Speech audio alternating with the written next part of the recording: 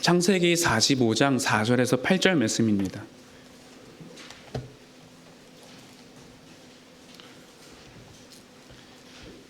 창세기 45장 4절에서 8절 말씀입니다.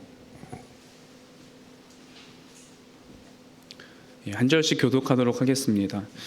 요셉이 형들에게 이르되 내게로 가까이 오소서. 그들이 가까이 가니 이르되 나는 당신들의 아우 요셉이니 당신들이 애굽의 판자라. 당신들이 나를 이곳에 팔았다고 해서 근심하지 마소서. 한탄하지 마소서. 하나님이 생명을 구원하시려고 나를 당신들보다 먼저 보내셨나이다. 이 땅에 2년 동안 흉년이 들었으나 아직 5년은 밭갈이도 못하고 추수도 못할지라. 하나님이 큰 구원으로 당신들의 생명을 보존하고 당신들의 후손을 세상에 두시려고 나를 당신들보다 먼저 보내셨나니 그런즉 나를 이리로 보낸 이는 당신들이 아니요 하나님이시라. 하나님이 나를 바로에게 아버지로 삼으시고 그 온 집의 주로 삼으시며 애굽 온 땅의 통치자로 삼으셨나이다. 아멘. 우리의 삶의 고난과 슬픔, 절망이라는 단어들은 우리 삶에 어떤 예고장을 던지고 언제 찾아갈 거라고 우리에게 찾아오지 않습니다. 어느 날 갑자기 이해할 수 있는 방식으로 우리 삶에 문득 고난은 찾아왔고, 그렇게 불청객으로 찾아온 고난은 우리 삶에 불청객으로 왔기 때문에 우리가 예측하지 못했기 때문에 때로는 그것들은 우리 삶을 더욱더 괴롭게 하고 힘들게 하기도 합니다. 인생이라는 문제를 살아가면서 때로는 그 문제를 잘 풀어가고 있었고 거기에 대해서 답안지를 잘 적어가고 있다고 생각했던 순간에 이 고난은 우리의 삶에 예기치 않게 내가 생각했던 방법과는 상관없이 이미 충분히 답을 잘 적어가고 있다고 생각했던 순간에 찾아오기 때문에 고난은 우리에게 더욱더 아프고 고통스럽게 여겨집니다. 여러분이 그런 고난과 고통과 슬픔을 마주하는 시간 속에서 여러분은 어떻게 이 시간들을 견디고 지나가십니까? 그것들을 이겨내게 하는 정말 힘이 있다면 그것은 과연 무엇일까요? 우리 삶에 찾아온 어쩌면 도저히 이해할 수 없는 예기치 않은 상황 속에서 찾아온 이 고난에 대해서 여러분은 어떻게 받아들이시고 어떻게 이해하고 계십니까? 어쩌면 우리는 이러한 질문에 대해서 충분히 신학적인 답변들에 대해서 충분히 많이 들어 알고 있고 이것은 모든 것들이 하나님의 주권적인 섭리라는 교리적인 이해에 대해서는 우리는 충분히 이해하고 있습니다. 하지만 정말 삶에서 마주하는 고통과 슬픔 앞에서 이 모든 것들은 하나님의 주권적인 섭리 속에 일어난 일이라는 사실은 우리에게 정말 그것들이 힘이 되어집니까?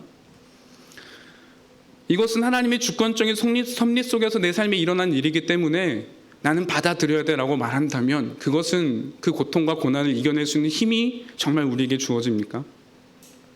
그렇게 고백할 때 이것들 우리의 신앙은 우리의 아픔과 고통을 치유합니까? 오히려 하나님의 주권과 하나님의 섭리 속에서 우리에게 고난과 고통이 찾아왔다는 것은 때로는 우리로 하여금 더 고통스러운 시간을 마주하게 하기도 합니다. 우리는 하나님의 주권적인 섭리 속에서 일어난 사건들이라는 사실을 지식적으로는 이해하고 그것들을 고백하려고 애를 쓰지만 때로는 우리에게 찾아온 그 고통의 문제가 때로는 하나님이 개입하셔야 될 타이밍에 하나님이 개입하시지 않음으로 우리에게 찾아온 것처럼 여겨지기 때문에 그것들은 우리에게 때로는 더 고통스럽게 여겨지기도 합니다. 열심히 하나님의 섭리라고 이해하려 하면 할수록 때로는 우리는 하나님 앞에 더 많은 질문들을 가지고 하나님 앞에 서게 되고 그 고통은 우리로 하여금 더 가슴 깊은 곳까지 파고들며 어렵게 만들기도 합니다. 어쩌면 우리는 신자이기 때문에 절망의 고통 속에서도 하나님의 주권적인 섭리를 고백하는 사람들이기 때문에 때로는 이것은 우리가 배워왔던 교리이기 때문에 스스로 이것들을 고백하기 위해 애를 쓰고 우리의 삶을 쥐어짜기도 해보지만 때로는 그럴 때 지식으로만 알고 있던 하나님의 섭리라고 하는 교리는 우리로 하여금 더 아프게 느껴지기도 하고 때로는 이것이 마치 한편으로는 폭력적으로 고통스럽게 느껴지기도 합니다. 이 모든 것들이 하나님의 주권적인 손길을 거쳐왔다는 사실을 우리는 신자는 받아들여야 되기 때문입니다. 하지만 성경은 우리로 하여금 하나님의 주권적인 섭리라는 교리에 대해서 너희가 억압적으로 반드시 믿어야 돼, 너희가 이것을 믿지 않으면 너희는 신자가 아니라고 말한다든지 우리로 하여금 하나님의 섭리를 강요하든지 성경은 우리에게 그런 식으로 대하지 않습니다. 성경은 우리에게 가르치기를 하나님의 주권적인 섭리라는 교리는 우리 신자의 삶에 주어진 가장 큰 위로이고 소망이라고 성경은 우리에게 가르칩니다. 그렇다면 정말 우리가 앞서 나왔던 질문들처럼 하나님의 주권적인 섭리라는 이 교리가 우리의 삶에 정말로 위로가 되어지고 고통과 절망이라는 시간을 지나가고 있을 때 어떻게 받아들일 때 이것은 과연 우리에게 정말 소망이 되어질 수 있을까요? 우리는 좀 이 질문들을 가지고 오늘 말씀을 통해 좀 고민해보는 시간을 좀 갖기를 소망합니다. 우리가 잘 아는 것처럼 요셉은 우리는 흔히 말하길 요셉에 대해서 굉장히 긍정적인 평가들, 요셉을 마치 우리가 많은 대명사로 표현하기를 꿈의 사람 혹은 비전하면 떠오르는 사람, 마치 중고등부 수련회에서 가장 많이 듣는 말씀 중에 하나가 어쩌면 요셉인지 모르겠습니다. 하지만 그의 삶을 우리가 객관적으로 들여다본다면 요셉은 정말 꿈의 사람, 비전의 사람이었다기보다는 그의 삶은 절망을 통해서밖에 설명할 수 없는 인생이었습니다. 긍정적인 수식어가 붙기보다는 그의 삶에는 억울함이 가득했고 고통이 가득했고 절망이 가득했고 우리가 이로 말할 수 없는 힘겨운 시간들을 그는 거쳐왔음을 성경은 우리에게 말해줍니다. 그렇기 때문에 저는 어쩌면 고난의 사람 요셉이라고 표현하는 것이 가장 요셉을 적절하게 표현하는 것은 또 아닐까 생각해 보게 됩니다. 오늘 본문 말씀에서 요셉은 4절에서 형제에게 자신의 존재를 설명하면서 이렇게 설명합니다. 4절에 보면은요, 나는 당신들의 아우 요셉이니 당신들이 애굽에 판 자라. 자신의 형들이 자신에게 찾아왔을 때 요셉은 이미 애굽의 총리가 되어져 있지만 애굽의 총리가 된 요셉은 오늘 자신을 찾아온 형들에서 하는 설명은 당신들이 나를 애굽에 판 사람입니다. 이 사실은 요셉과 요셉을 팔아넘겼던 형들, 당사자들밖에 모르기 때문에 이 소식을 들었을 때 형들은 굉장히 커다란 충격에 빠졌을 것입니다.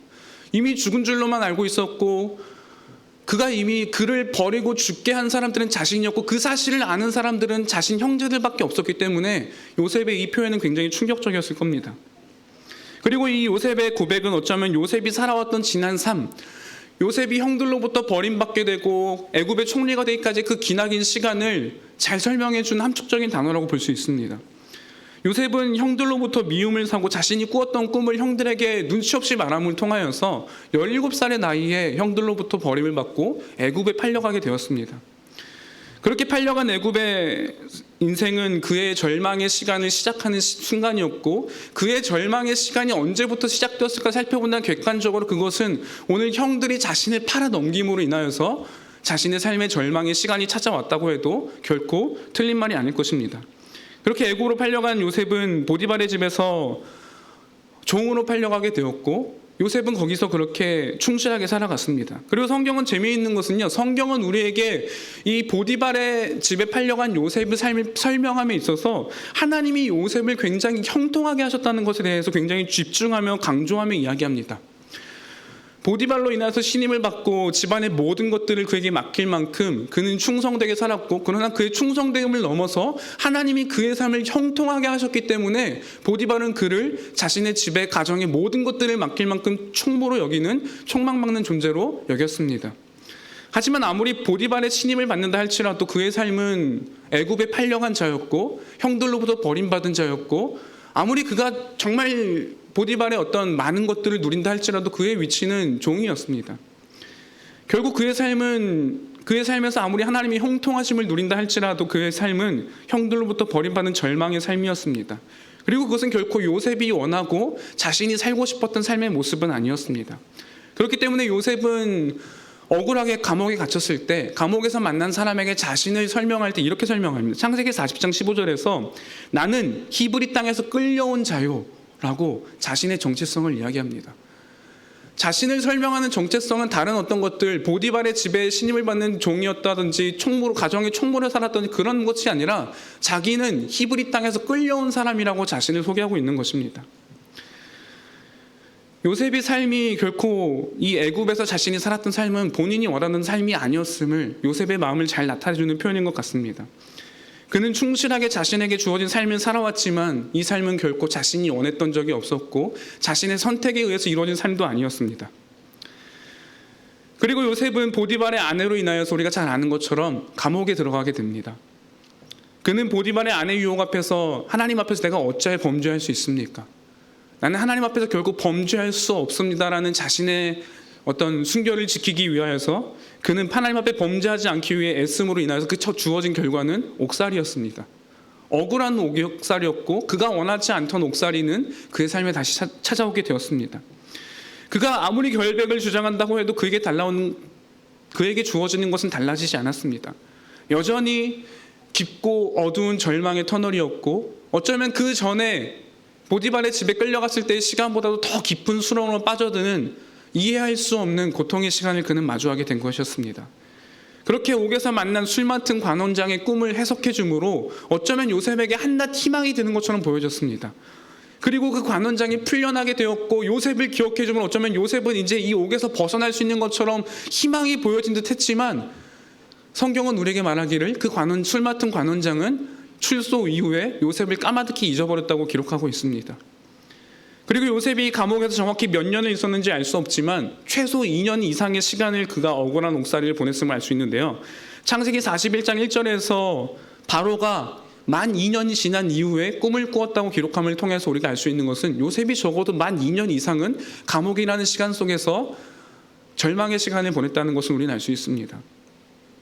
그리고 애굽의 총리로 바로의 꿈을 해석함을 통하여서 그가 애굽의 총리로 부름받던 나이는 30세였다고 성경은 기록합니다. 즉 17살의 나이부터 30살이라는 나이가 될 때까지 13년이라는 시간을 어쩌면 그가 원치 않았고 자신의 삶에 자신의 선택을 통해 이루어진 것이 아닌 형들에 의해서 팔려감을 통해서 살아갔던 절망의 터널을 그는 지나갈 만했습니다. 성경은 결코 요셉이 13년이라는 시간을 아무 생각 없이 기쁨으로 이 순간들을 살아갔다고 우리에게 말해주지 않습니다.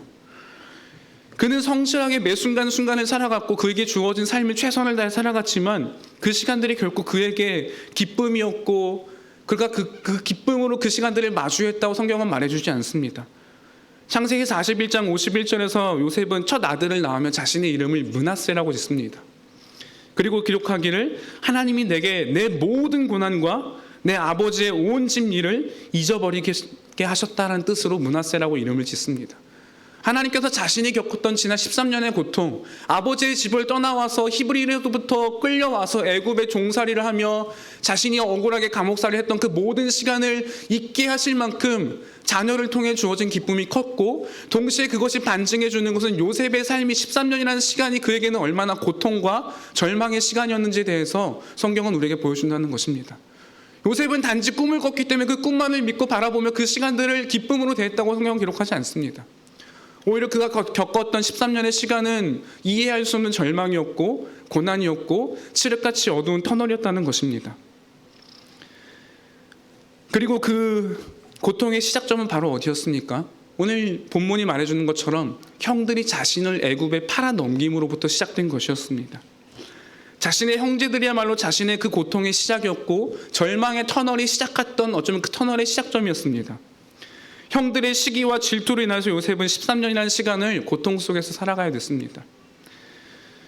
그렇기 때문에 어쩌면 요셉은 13년이라는 시간을 이를 갈면서 분노할 수 있었고 억울함으로 가득 차서 복수를 계획하며 살아갈 수 있었습니다. 13년이라는 시간은 어쩌면 그가 복수를 계획하기에는 짧지 않은 시간이었고 치밀하게 어떤 계획들을 세울 수 있는 충분한 시간이었을 것입니다. 하지만 요셉의 삶을 살펴보면 우리가 볼 수 있는 것은 그는 결코 억울함이나 분노나 복수나 같은 것들로 채워지지 않았다는 것입니다. 오히려 그는 마음이 망가지지도 않았고 마음이 미칠 수도 있었음에도 불구하고 그는 그렇게 살지 않았습니다. 어쩌면 13년이라는 시간에 그런 절망의 터널을 지나게 된다면 우리는 어떻게 반응할까요? 어쩌면 우리의 삶은 그 시간들로 인하여서 억울함과 분노와 복수를 가득 찬 마음으로 살아갈지도 모르겠습니다. 왜냐하면 그것이 제가 살아왔던 경험이기 때문입니다. 제가 생긴 거는 그렇게 안 생겼지만요, 굉장히 귀공자 스타일로 생겼죠. 다들 웃으시는 거 인정하지 않는 것 같지만 저는 그렇게 생각합니다. 근데 제 인생의 첫 기억이 뭐였냐면요, 5살 때 이해할 수 없는 이유로 아버지에게 손찌검을 당하는 거였습니다. 하늘이가 지금 5살인데요 5살 때 정말 이해할 수 없는 아버지의 손찌검을 당하면서 목욕탕에서 질질 끌려왔던 게 제 인생의 첫 시작이었고, 그 시간은 사실 20살이 되는 그날까지 제가 경기도 고양시 일산에서 살다가 일산에서 가장 먼 대학이 어디지를 찾으며 광주로 유학 오는 20살이 될 때까지 어쩌면 그 15년이라는 시간은 매일같이 제겐 참으로 어둡고 힘든 시간들이었습니다. 요셉은 그럼에도 불구하고 13년이라는 시간을 절망으로 채우지 않았지만 저는 15년이라는 시간을 보내면서요, 어떻게 하면 내가 아버지로부터 벗어날 수 있을까가 제 인생의 궁리였고, 어떻게 하면 아버지로부터 받은 고통에 대해서 이 해결할 수 없는 제 안의 억울함과 분노로만 가득 찬 것이 제 인생이었고, 망가진 마음과 제 마음은 어느 것으로도 표현할 수 없는 고통의 시간이었던 것을 생각하면 요셉의 삶은 너무도 대비적으로 이해되고, 그는 도대체 이 삶을 어떻게 견뎌왔기에 이 시간들이 그에게는 고통과 절망이 아니라 새로운 관점에서 이 인생을 들여다볼 수 있는지에 대해서 저는 이해할 수가 없었던 것입니다. 그래서 저는 20살에 처음 회심한 이후에 창세기를 읽으면서 요셉을 너무 이해할 수 없었고 신기했습니다. 정말 요셉이 저보다 2년을 덜 고생해서 그랬을까라는 질문도 던져보지만 물리적인 시간의 차이가 아니었습니다. 요셉은 13년의 시간의 그 절망의 터널을 지나면서도 그가 하나님의 이 지나왔던 13년의 모든 시간마저도 오늘 본문이 말하는 것처럼 그 모든 시간은 하나님께서 날 인도하신 시간이었습니다라고 고백할 수 있는 그 힘의 근원은 도대체 어디서 오는 것인지에 대해서 저는 오랜 시간 질문을 던져왔습니다. 하지만 결코 오랜 시간을 질문을 던진다고 해서 모두 이해할 수 있는 어떤 것은 아니었던 것 같습니다. 힘겨운 어린 시절을 보냈기 때문에 성경이 가르치는 주권적인 섭리라는 교리는 제게 가장 받아들일 수 없고 이해할 수 없는 교리 중에 하나였습니다. 내가 지나왔던 그 15년에 가까운 어린 시절의 시간들마저도 하나님의 섭리라고 말한다는 것은 성경은 제겐 너무도 폭력적이고 어려운 것을 강요하는 것처럼 여겨졌기 때문입니다. 그렇기 때문에 제겐 어쩌면 하나님의 섭리를 배우고 고백한다는 것은 참으로 어려웠고 고통스러운 시간들이었습니다. 하지만 성경은 막연하게 우리에게 삶의 모든 순간이 하나님의 주권적인 순간이기 때문에 너는 반드시 그걸 하나님의 섭리라고 고백해야 되라고 우리에게 강요하지 않습니다. 앞서 말씀드린 것처럼 절망의 터널을 지나는 과정 속에서 마치 이 지금의 시간은 하나님의 주권적인 손길을 거쳐온 섭리의 시간이야 라고 우리가 그렇게 고백한다고 하여서 그 순간에 당장 우리의 마음이 치유되거나 그 고통이 없는 것처럼 되거나 지울 수 있는 고통이 되는 것은 아니기 때문입니다. 그런다고 해서 이 삶의 절망이 단순히 한순간의 소망으로 바뀌는 것이 아닙니다. 시험 문제의 답안을 적고 답안에 따라서 채점하는 것이 만약 우리의 삶이라면 어쩌면 우리는 그 답안을 잘 적음으로 인하여서 우리의 삶을 그렇게 풀어갈 수 있을지도 모르겠습니다. 하지만 삶은 결코 그렇게 단순하지 않습니다.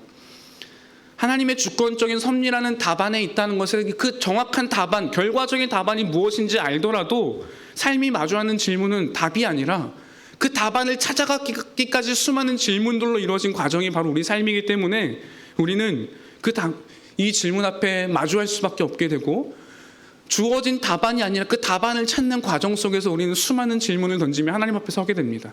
그리고 그것이 어쩌면 우리가 매 순간 하나님이 어떤 분이신지 알아가는 신학이라고 하는 과정인지 모르겠습니다. 그리고 결국 우리는 어쩌면 이 답을 찾기 위해서는 우리가 갖고 있는 질문들을 가지고 우리는 결국 성경으로 돌아가야 할 것입니다. 요셉이 13년이라는 절망의 터널을 지나면서도 그의 마음이 망가지지 않았고 그의 마음이 하나님과 함께할 수 있던 이유는 과연 무엇이었을까요? 성경은 그 이유에 대해서 하나님의 형통하게 하심이라는 단어를 주로 설명하면서 창세기 39장을 기록하고 있습니다. 여러분은 요셉이 그토록 13년이라는 절망의 터널의 시간을 잘 견뎌올 수 있는 이유가 하나님의 형통하게 하심이었어라는 말을 들을 때 여러분은 무슨 생각이 드십니까?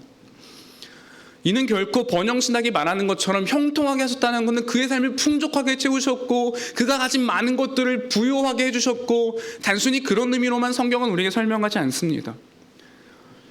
만약 그런 의미로 설명한다 할지라도 종된 삶이 억울하게 옥살이를 하고 있는 삶에서 그가 형통하게 되는 것, 보디발로부터 인정받는 것, 간수로부터 인정받는 것이 무슨 기쁨이 될 수 있겠습니까? 그는 여전히 종일 뿐이고 그는 여전히 죄수일 뿐입니다. 그는 이 삶을 선택한 적도 없었고 그가 받아들이고 싶었던 삶의 모습은 이런 것들이 아니었습니다. 그는 단순히 누군가로부터 인정받기 위해 보디발의 종으로 간 것도 아니었고 감옥에서 나는 이 감옥에서 정말 인정받는 어떤 죄수가 되보자고 해서 그는 옥살이를 한 것도 아니었습니다. 그렇기 때문에 하나님의 형통하게 하심이란 단어를 우리가 단순히 풍요로움, 우리의 삶에 많은 것들을 갖게 하시고 우리의 소유를 늘리신다는 것으로만 이해한다면 성경은 결코 우리에게 제대로 이해할 수 없는 더 고통스러운 답으로만 다가올 것입니다. 그런데 참으로 놀라운 사실은요, 요셉의 이야기 속에서 이 형통함이라고 한 단어는 창세기 39장에서만 3번이 나옵니다. 우리가 생각할 때는 정말 형통하게 하신다는 단어는 옥살이나 보디발의 종으로 끌려갈 때나 어쩌면 그런 순간에 사용되는 단어이기보다는 애굽의 총리가 되어지는 그 순간에 하나님께서 요셉의 삶을 형통하게 하셨다고 표현하는 것이 가장 적절한 표현이지 않겠습니까? 그러나 창세기 40장에서 요셉이 총리가 되어졌을 때는 하나님이 그를 형통해 하셨다는 단어는 기록하지 않습니다. 오히려 39장에서 요셉이 13년이라고 하는 고통의 시간을 지나는 그 시간 동안에만 하나님께서 그를 형통하게 하셨다고 3번이나 성경 기자는 반복하여 사용하고 있습니다. 형통은 단순히 세상적인 풍요를 누리거나 우리가 이 땅에서 어떤 명예를 누리거나 우리의 소유가 많아지는 것을 설명하는 것이 결코 아니라는 것들을 성경은 분명하게 말한다는 겁니다. 그렇다면 이를 좀 분명하게 이야기하기 위해서는 우리가 창세기 39장을 좀 볼 필요가 있는데요. 창세기 39장에 보면요,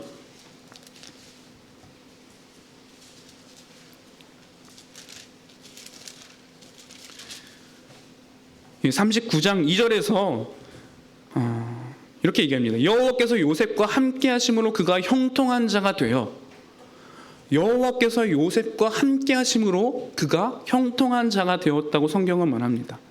하나님께서 함께 하심으로 인하여서 그가 형통한 자가 되었다면서 형통하게 하셨다는 단어 앞에 전제되어진 것이 뭐냐면 여호와께서 그와 함께 하셨다는 겁니다. 그리고 형통이라는 단어가 또 한 번 쓰여진 39장 3절에서도 그렇게 얘기합니다. 그의 주인 여호와께서 그와 함께 하심을 보며 또 여호와께서 그의 범사에 형통하게 하심을 보았더라. 요셉이, 하나님께서 요셉의 삶을 형통하게 하셨던 것을 수많은 사람들이 보았는데 그 형통하게 하심 이전에 창세기 기자 모세는 기록하고 있는 것은 무엇이냐면 여호와께서 그와 함께 하셨다는 것입니다. 그리고 세 번째로 사용되어 있는 23절 역시 똑같이 설명합니다. 간수장은 그의 손에 맡긴 것은 무엇인지 살펴보지 아니하시니 이는 여호와께서 요셉과 함께 하심이라. 여호와께서 그를 범사에 형통하게 하셨더라. 창세기 기자인 모세는 이 형통하게 하다는 단어를 사용하면서요, 그 앞에 반드시 함께 설명하고 있는 단어가 무엇입니까? 여호와께서 그와 함께 하셨다는 겁니다.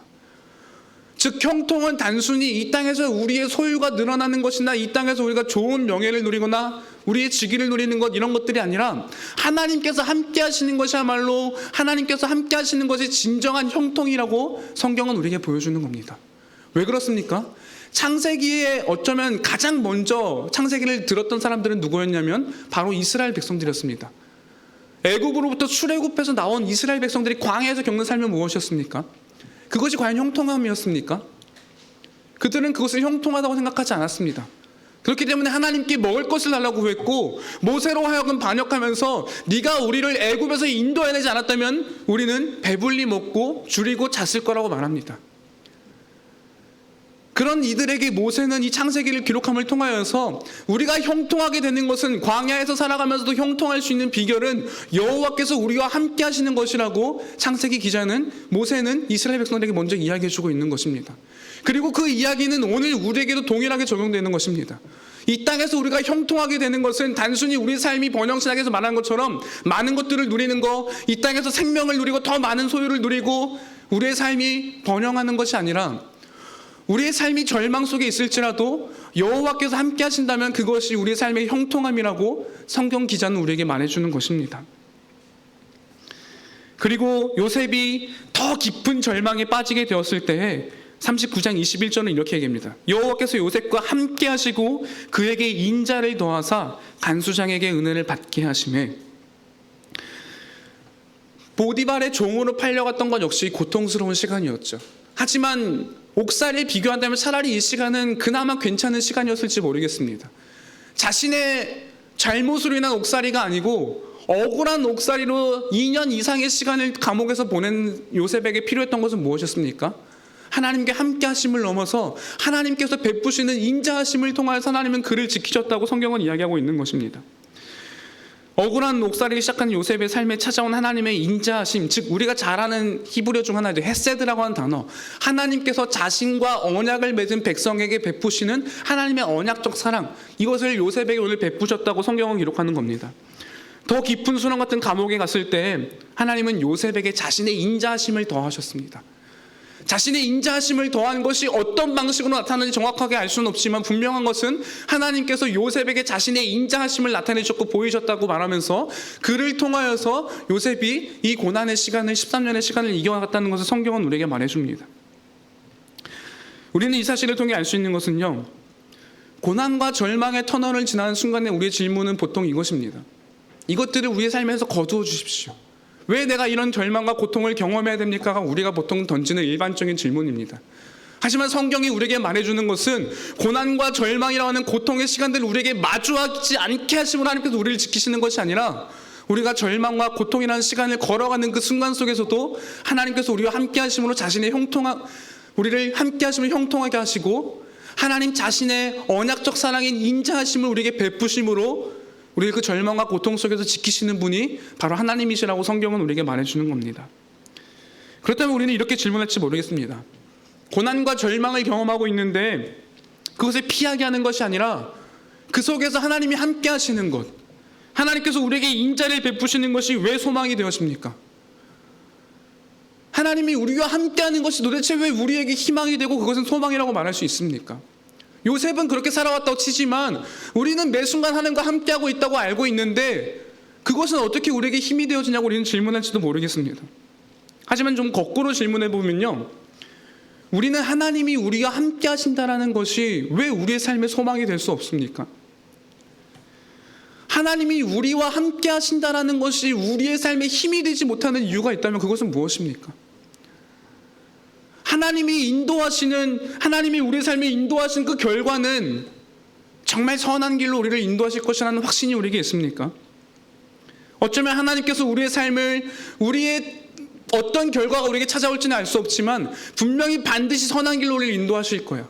하나님께서 우리에게 더 베스트라는 최고의 삶을 우리를 인도하실 거라는 그 분명한 확신이 없기 때문에 우리는 하나님의 선하심을 의심하기 때문에 그것들이 우리에게 소망이 되지 못하면 위로가 되지 못하는 것은 아닙니까?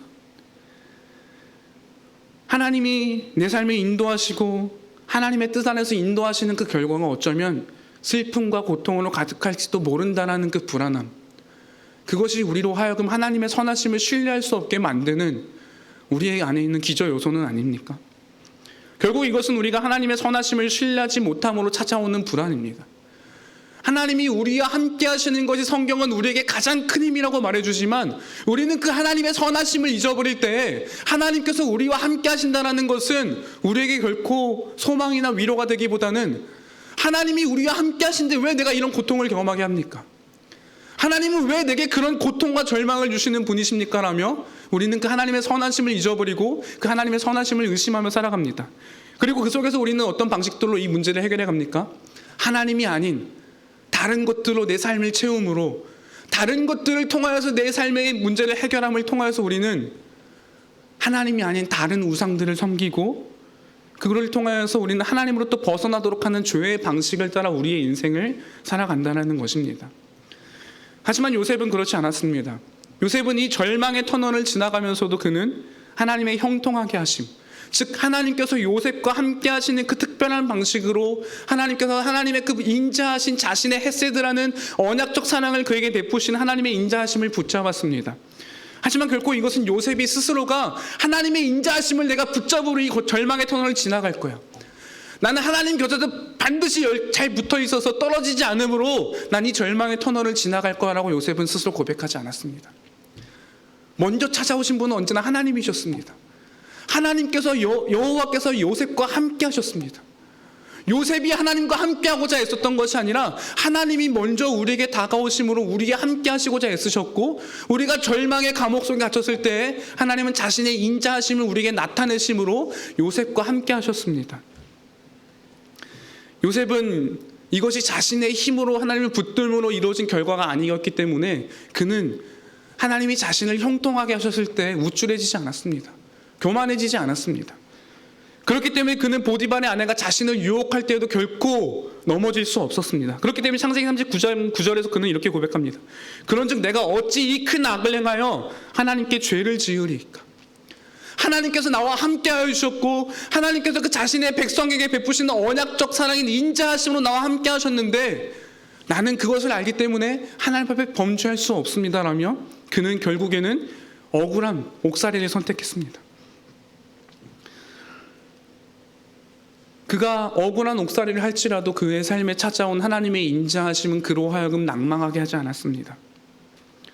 당장에 그가 지나가고 있는 길고 긴 절망의 터널이 언제 끝날지, 어떠한 방식으로 하나님 이 시간들을 해결하실지 그는 알지 못했습니다. 우리는 어쩌면 창세기를 읽고 있기 때문에 요셉이 23년이 지난 이후에 총리가 될 거는 사실을 알고 있지만 요셉의 시간 속에서 요셉은 이 시간이 어떻게 해결되어지고 어떠한 방식으로 이 문제가 해결될지 전혀 상상할 수 없었습니다. 하지만 그는 그 절망에 사로잡히지 않고 하나님께서 자신과 함께 하시고 자신의 삶에 베푸신 인자하심으로 인하여서 그 시간을 기억하고 그 시간 속에서 그는 묵묵히 이 길을 걸어갔습니다. 그가 갖고 있던 분명한 사실 한 가지는 무엇이었습니까? 하나님이 자신과 함께 하시는 것이었고 하나님은 자신에게 놀라운 언약적 사랑을 베푸시는 분이라는 사실을 알고 있었기 때문에 그는 그 절망의 터널 속에서 주저앉지 않고 하나님의 신실하심을 통하여 걸어갔습니다. 왜냐하면 지금의 현재를 동행하심을 베푸신 하나님의 인자하심을 통하여서 선하신 하나님을 그는 신뢰할 수 있었기 때문입니다. 어떠한 방식으로 이 문제를 해결할지는 알 수 없지만 분명한 것은 하나님은 지금 내게 선하신 분이시고 앞으로도 선하실 분이실 것이고 그리고 그 선하신 결과 가운데 내 삶을 인도하실 거라는 분명한 확신이 그로 하여금 소망을 갖게 했던 것입니다. 그렇기 때문에 요셉은 당장 지금 내 삶에 찾아온 절망에 집중하기보다 그의 삶에 앞으로 주어질 믿음을 통해 주어질 하나님의 선하심 속에서 소망을 붙잡았던 겁니다. 그래서 맥카트니는 소망에 대해서 이렇게 정의합니다. 소망이란 미래에 대한 보장이나 구원의 기대입니다. 소망이란 어떤 일이 잘 되지 않고 모든 것이 절망적으로 보일 때에도 끝까지 붙드는 것입니다. 고통은 영광스러운 소망의 빛을 보여주는 어두운 배경입니다. 빛을 드러내고 두드러지게 하는 것은 그림자입니다. 오직 고통을 당한 사람만이 소망이 무엇인지 알 수 있습니다. 어쩌면 맥카트니의 정의대로 요셉은 절망 중에도 하나님께서 자신에게 베푸신 그 선하심을 따라 분명한 소망을 붙들었던 것입니다. 그리고 그에게 절망의 터널이 어쩌면 깊어지고 깊어질수록 어두우면 어두울수록 그것은 하나님의 영광을 드러내기에 가장 좋은 그림자와도 같았던 것입니다.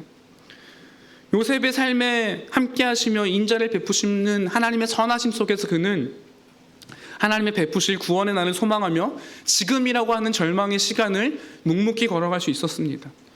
요셉이 믿음으로 바라본 구원의 소망은 지금의 현재라는 절망보다도 훨씬 크고 놀라운 비교할 수 없는 소망이었기 때문에 그는 이 길을 걸어가면서 주저앉지 않을 수 있던 것입니다. 그 근거는 바로 하나님의 언약 백성을 향해 베푸시는 하나님의 헤세드, 인자하심이었고 그 하나님의 선하심이 있었기 때문에 그는 넘어지지 않을 수 있었던 겁니다. 그렇게 현재라는 절망의 터널, 요셉이 지금 당장 마주하고 있는 고통의 시간은 하나님의 함께하심 속에서 새롭게 해석되어졌던 것입니다.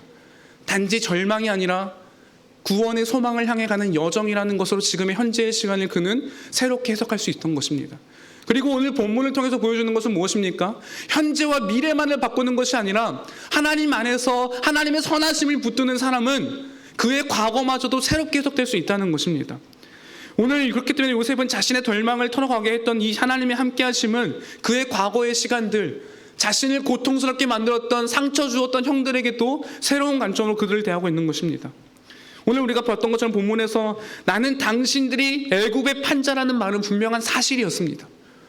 그러나 요셉은 이 사실에 대해서 그렇기 때문에 너희는 나한테 고통을 받아야 돼. 난 이제 총리가 되었으니까 너희는 내 삶을 통해서 내가 할 수 있는 모든 힘으로 네 삶을 짓밟을 거라고 하지 않습니다. 요셉은 오히려 형들에게 근심하지 말라고 그들을 위로합니다. 형들이 근심하지 않아도 되는 이유는 무엇입니까? 요셉은 더 이상 지난 시간을 절망의 터널로만 이해하지 않고 있는 것입니다. 앞서 살핀 것처럼 그 고통과 고난은 형들을 통해 주어진 것이었지만 이 모든 시간은 이제 요셉의 시간 속에서 하나님의 선하심을 통해 새롭게 재해석되기 시작되었기 때문입니다. 자신이 애굽에 오게 된 것은 형들이 자신을 팔아넘김 때문에 온 것이 아니었습니다. 눈에 보이는 역사적 사실은 그랬지만 그 너머에는 하나님께서 자신을 이곳에 오게 만드신 분이었다라는 요셉의 고백이 들어있는 것입니다. 자신에게 생명의 구원을 베푸시기 위해서 자신의 가족과 아버지와 형들에게 생명의 구원을 베푸시기 위해서 하나님은 형들이 자신을 팔아넘긴 것이 아니라 자신의 삶을 하나님께서 애굽으로 먼저 보내셨다는 것으로 지난 과거의 고통은 새롭게 재해석되어지고 있는 것입니다. 그렇기 때문에 요셉은 지난 시간 속에서 걸어왔던 13년의 터널이 자신의 삶으로 자신의 힘으로 꾸역꾸역 걸어온 시간이 아니었기 때문에 그 삶에서 그는 총리가 된 것을 우쭐하지 않았습니다. 모든 것은 하나님의 인도하심이었고 오직 하나님의 손길, 하나님의 주권적인 섭리에 의해서만 자신의 인생은 설명될 수 있는 인생임에 대해서 그는 말하고 있는 것입니다. 그의 인생은 하나님의 구원의 역사, 구속사의 관점에서 설명될 수 있었고 하나님의 구원의 역사를 벗어날 때 자신의 삶은 이제는 더 이상 설명이 불가능한 인생이라고 그는 우리에게 말해주고 있는 것입니다. 그가 걸어온 13년의 시간은 더 이상 절망의 시간이 아니고 하나님의 풍성한 선하심을 누리는 시간이었습니다. 그리고 그 미래는 선하신 하나님께서 베푸실 구원의 소망으로 가득 찬 시간이었고 그의 현재는 여전히 앞으로 자신에게 베푸실 그 구원의 소망을 바라보게 만드는 소망을 갖게 되는 현재의 시간으로 그는 다시 이해했던 것입니다. 그의 삶은 오직 하나님의 섭리를 통해서만 설명되는 삶이라고 그는 자신의 신앙을 하나님 앞에 고백하고 있는 것입니다. 그렇기 때문에 하나님의 선하심 속에서 우리의 과거는 결코 그대로 남아있지 않습니다. 20살이 되기까지 제 인생에서 경험했던 수많은 고통들은요, 더 이상 이젠 절망의 시간으로만 제 삶에 이해할 수 없었습니다. 회심 이후에 하나님께서 나에게 왜 그런 고통스러운 시간을 주셨는지 수많은 질문들을 던졌고 그 시간들이 굉장히 오랜 시간이 지나가서 알았습니다. 지난 7년간 캠퍼스 사역을 하면서요, 제가 갖고 있는 가장 큰 장점은 제 아픔이었습니다.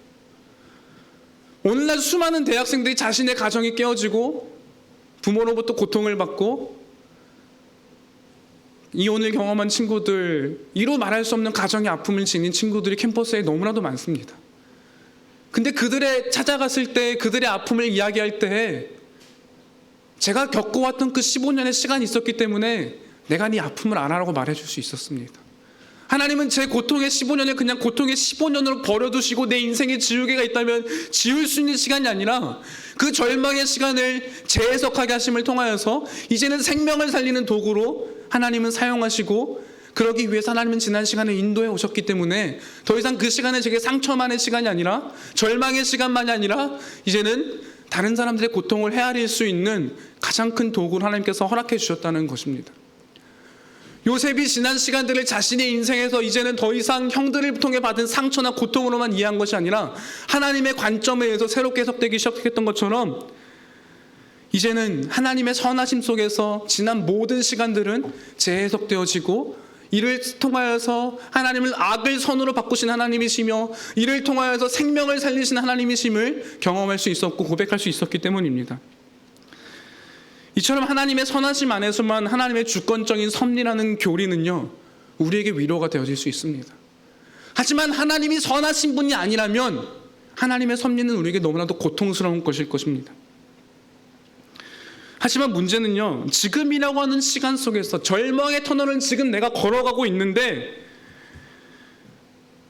어떻게 우리는 하나님의 선하심을 의심하지 않고 믿음으로 바라볼 수가 있습니까? 어쩌면 이것마저도 우리는 그저 하나님은 선하신 분이야라고 우리가 믿어야 되는 강요처럼 들리진 않습니까? 요셉의 삶에서 동행하시고 절망의 옥에 갇혔을 때 그의 삶을 형통하게 하심으로, 하나님께서 그와 함께하게 하심으로 형통하게 하셨던 것들은 주변의 사람들이 볼 수 있던 것이었습니다. 보디발이 그것을 보았고 감옥의 간수가 그것을 보았습니다. 하나님께서 그에게 나타내신 특별한 그 함께하심, 형통하게 하심, 하나님의 인자하심은 요셉의 삶을 통해 나타남으로 사람들이 볼 수 있던 것이었습니다.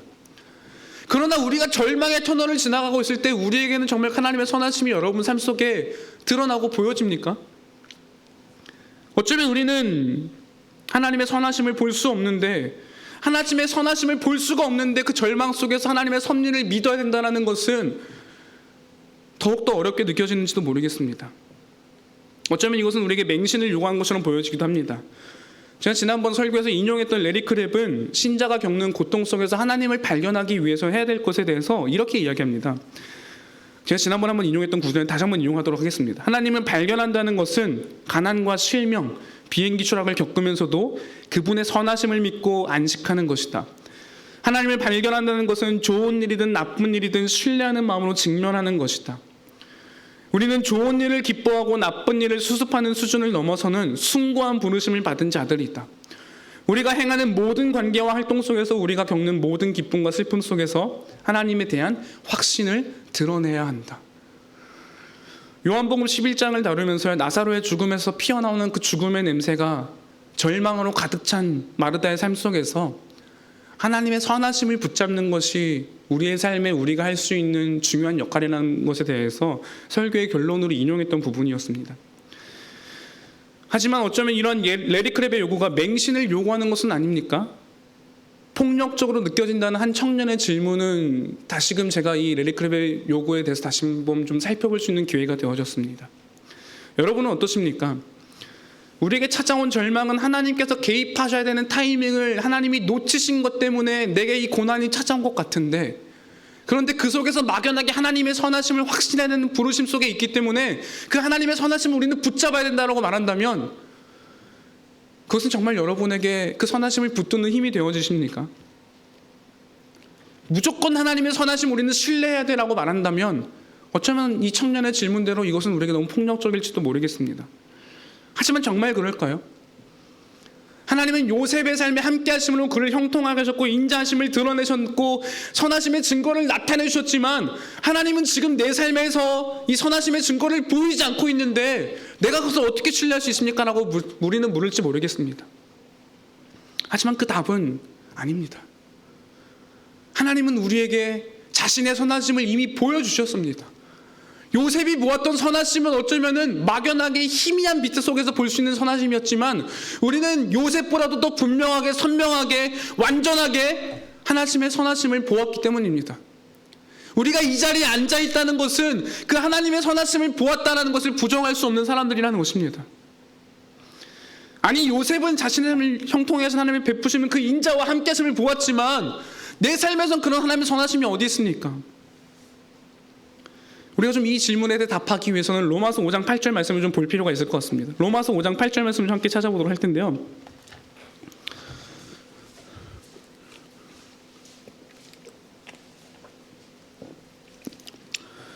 로마서 5장 8절 말씀 함께 읽도록 하겠습니다. 우리가 아직 죄인 되었을 때 그리스도께서 우리를 위하여 죽으심으로 하나님께서 우리에 대한 자기의 사랑을 확증하셨느니라. 우리가 아직 죄인 되었을 때 하나님께서는 예수 그리스도를 우리를 대신하여 죽게 하셨습니다. 그리고 그 사실을 통해서 하나님은 우리에게 무엇을 확정하셨습니까? 하나님의 선하심, 하나님이 우리를 얼마나 사랑하시는 분이시며 얼마나 인자하신 분이신지를 우리에게 확증하셨다는 것입니다. 성경은 예수 그리스도의 십자가 사건이 하나님의 선하심을 드러내는 충만한 도구였고 그 속에서 하나님의 완전한 선하심이 드러났다고 성경은 우리에게 말해줍니다.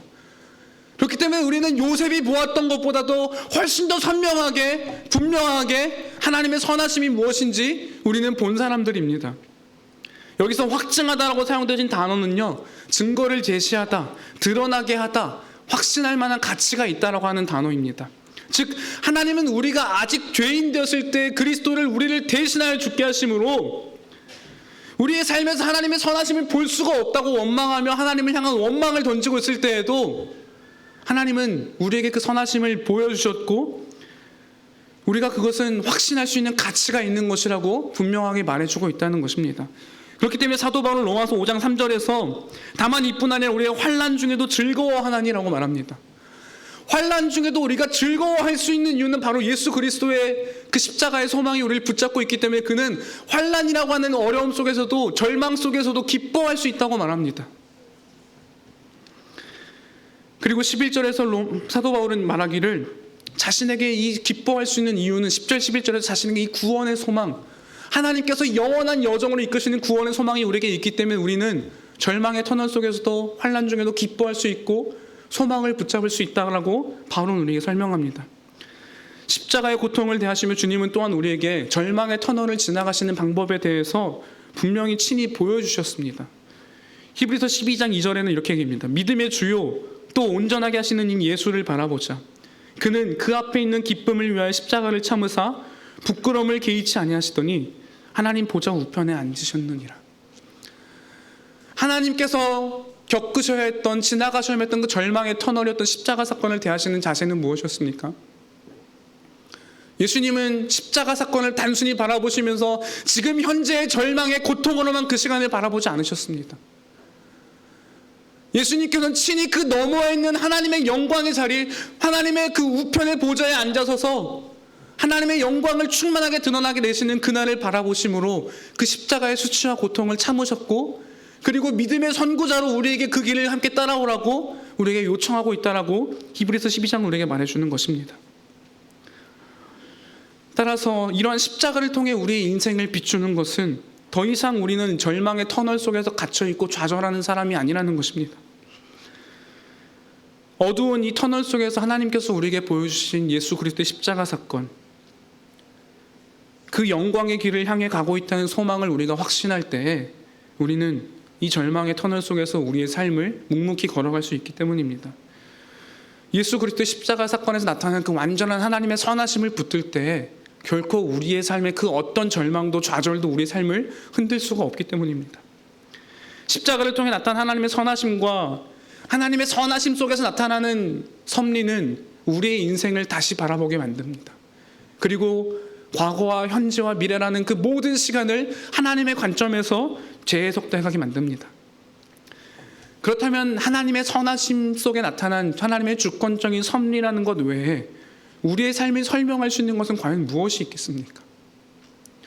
예수 그리스도의 십자가 사건을 통해 나타난 하나님의 그 완전한 선하심을 붙들고 우리의 인생을 들여다볼 때 우리의 인생은 하나님의 관점 안에서 새롭게 재해석되기 시작할 것입니다. 그 어떤 다른 것들로 우리의 인생을 설명하려 한다면 그 어떤 다른 통로도 결코 우리에게 답을 주지 못하고 그 모든 답들은 공허할 뿐일 것입니다. 오직 하나님의 완전하신 선하심 속에 나타난 십자가를 통해서 우리의 삶을 재조명할 때 우리의 인생은 하나님의 주권적인 섭리 안에서 가장 빛나고 아름다운 시간으로 하나님의 관점으로 그렇게 우리 안에 새롭게 이해될 것이기 때문입니다. 어쩌면 우리가 지나왔고 어쩌면 지금 이 순간도 지나가고 있을지도 모르고 앞으로 우리가 지나가게 될지도 모르는 절망의 터널이 우리 삶에 또한 있을 것입니다.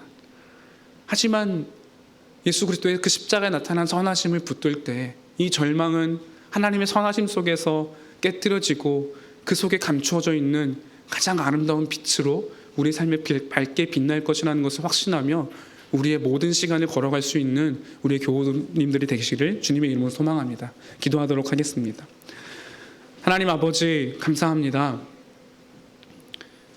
삶을 돌아보면 고통과 절망과 아픔으로 가득 차 있는 것 같지만 어쩌면 그 시간 속에서 하나님은 우리와 여전히 함께 하셨고 하나님의 인자하심을 우리에게 베푸심으로 하나님의 선하심을 우리에게 나타내 주셨습니다.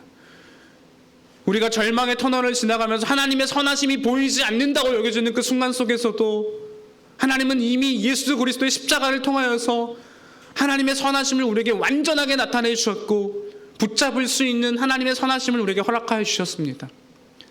하지만 우리가 하나님의 선하심을 의심할 때 우리의 삶에 찾아오는 섭리라는 것은 우리를 고통스럽게 하고 하나님을 우리를 억압하는 분으로 이해하게 만들고 절망스럽게 여겨지기도 합니다.